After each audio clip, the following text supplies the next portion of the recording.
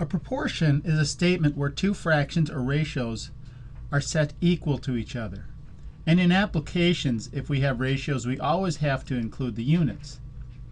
A proportion is true if the cross products are equal.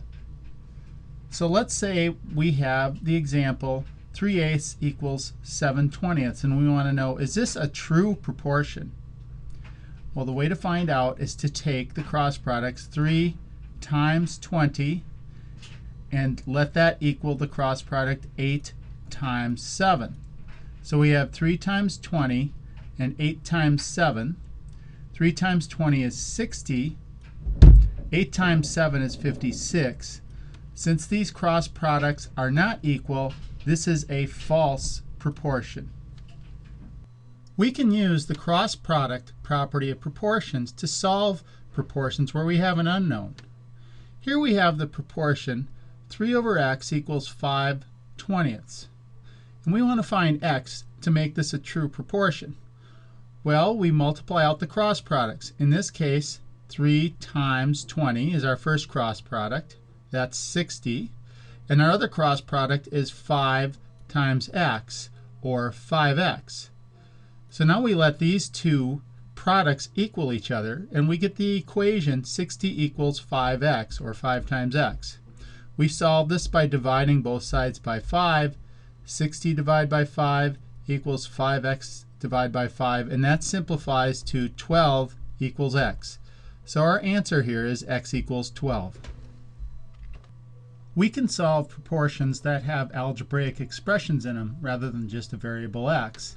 Here we have the proportion 3 over x plus 3 equals 5 over 14. And we want to find x to make that a true proportion. We apply that cross product principle. We find the cross products. One of them is 3 times 14, and that's 42. The other cross product is 5 times the quantity x plus 3. And remember to put the parentheses around the x plus 3. So we have 5 times the quantity x plus 3. We let these two products equal each other, and we get 42 equals 5 times x plus 3. We apply the distributive property, and this gives us 42 equals 5x plus 5 times 3, or simplified, 42 equals 5x plus 15. Now we subtract 15 from both sides to give us 42 minus 15 equals 5x plus 15 minus 15, and that simplifies to 27 equals 5x. Divide both sides by 5, and we get 27/5 equals x, and that's our answer. Here we're going to look at an example where we use proportions to solve a recipe problem. Say we have a chili recipe that feeds 7, and it calls for 32 ounces of tomato sauce. How many ounces of tomato sauce will be needed if we scale up the recipe to feed 30 people? We start by writing the proportion involved here, and we use the complete units. And I'm going to let n stand for the unknown. We could use x just as well. The proportion consists of 32 ounces tomato sauce for 7 people. Here the units are ounces tomato sauce and people. We let that equal to n ounces of tomato sauce per 30 people. Now we solve the proportion by finding the cross products and letting them equal each other.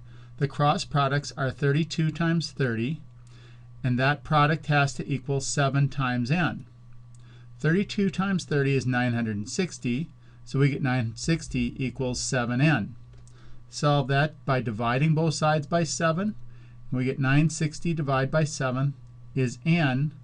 And we just round that to the nearest whole number. It's a little over 137, so I just round it to 137 ounces.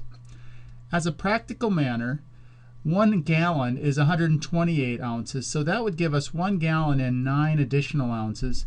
9 ounces is just a little more than a cup. So as a practical manner, you would have 1 gallon and 1 cup of sauce for this recipe that feeds 30 people.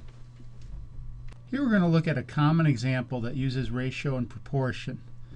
A boat motor calls for a 16 to 1 gas to oil ratio. If you put 10 ounces of oil in the gas tank, how much gas do you have to add to make that ratio correct? Well, we start by writing the proportion. We have 16 ounces of gas for each 1 ounce of oil. We have ounces and ounces, but it's very important to include ounces of what? Ounces of gas, ounces of oil. That is set equal to X ounces of gas over 10 ounces of oil. You notice that ounces of gas is on the numerator on both sides and ounces of oil is on the denominator of both sides. Now we have our working proportion. We get our cross products.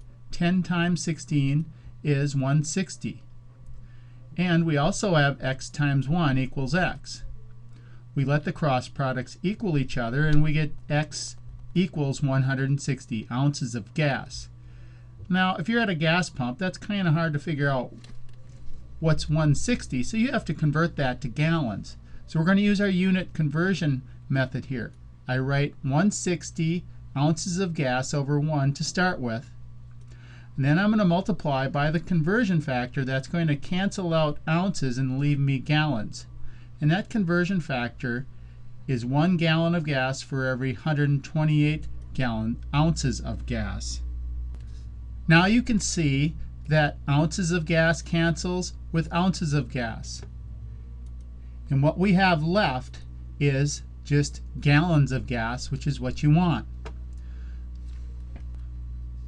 So now we multiply the numbers we have left. We have 160 times 1 and gallons of gas left in the numerator, just 1 times 128 with no units left in the denominator. We take 160 divided by 128 and you get 1.25 gallons of gas. So that's how much gas you would put in after adding 10 ounces of oil to this boat motor.